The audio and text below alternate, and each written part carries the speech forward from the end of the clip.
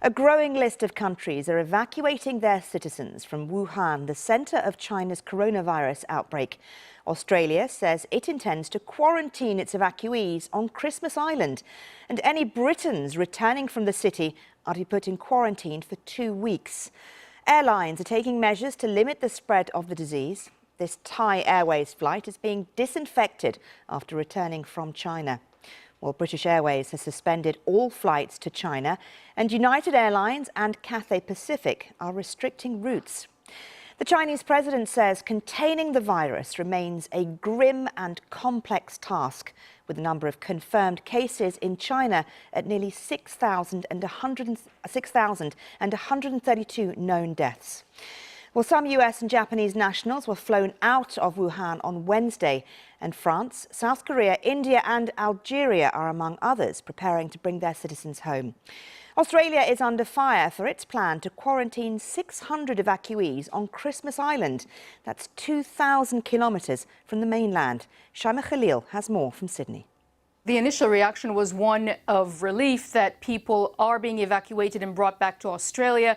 But really, the choice of Christmas Island has raised eyebrows and raised a number of questions. Christmas Island has quite a tainted history, if you will. Since 2003, it's been used as a detention center, a place where asylum seekers are kept and detained. It is famous for a recently reopened particular detention center that has recently been criticized for bad conditions, for human rights violations. It's currently housing a Sri Lankan family of 4. This detention center is going to be quarantine zone, if you will. And upon hearing that, many have raised the question of why is it that 600 Australians, including 100 children that traveled with their families to celebrate the Lunar Year, instead of being brought to hospitals in mainland China, why are they being brought to Christmas Island, about 2,000 kilometers from the mainland? It's actually closer to Indonesia than it is to Australia mainland.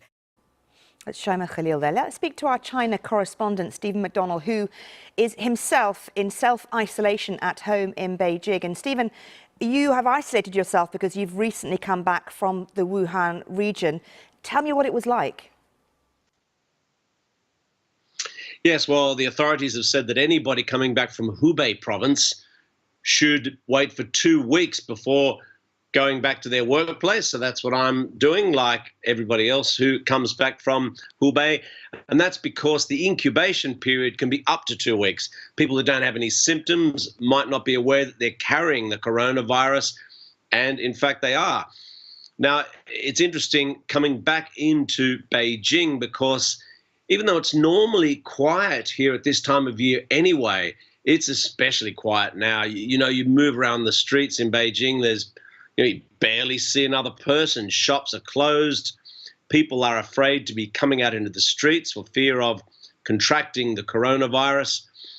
And this is happening right across China, you know, from big cities to small towns, the whole place. Normally, this is the most bustling time of year, important, the Chinese New Year, and instead it's a very quiet scene in virtually anywhere you visit right now in China. How does the government actually police people coming back from the region? How does it make sure they do stay at home and are conscientious about it, as you clearly have been? Well, some reporters have actually had the authorities knocking on their door and telling them they must do this, especially in Shanghai. They've taken a bit of a hard line there to make sure that nobody strays from these directives from the government. But, I mean, ultimately, I don't know how you do patrol it. How do you make sure that everybody who's been in that province doesn't, leave their home? The thing is that I think more important is they don't go back to their workplace. So, you know, enter a workplace, infect everybody. And so people are instead being told, like I am, to work from home. Schools, universities, they're not going back yet. They're pausing classes. And, you know, it's interesting looking at this problem in terms of comparing to SARS, for example.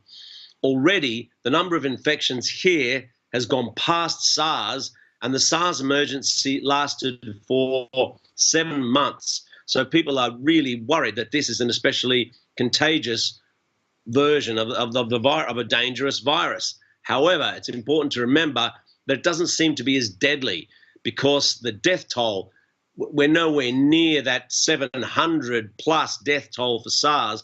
And so it could be that this is a very easy virus for people to catch, but it won't necessarily kill as many people as SARS did back in 2002. OK, Stephen, I hope you're well. Thank you very much.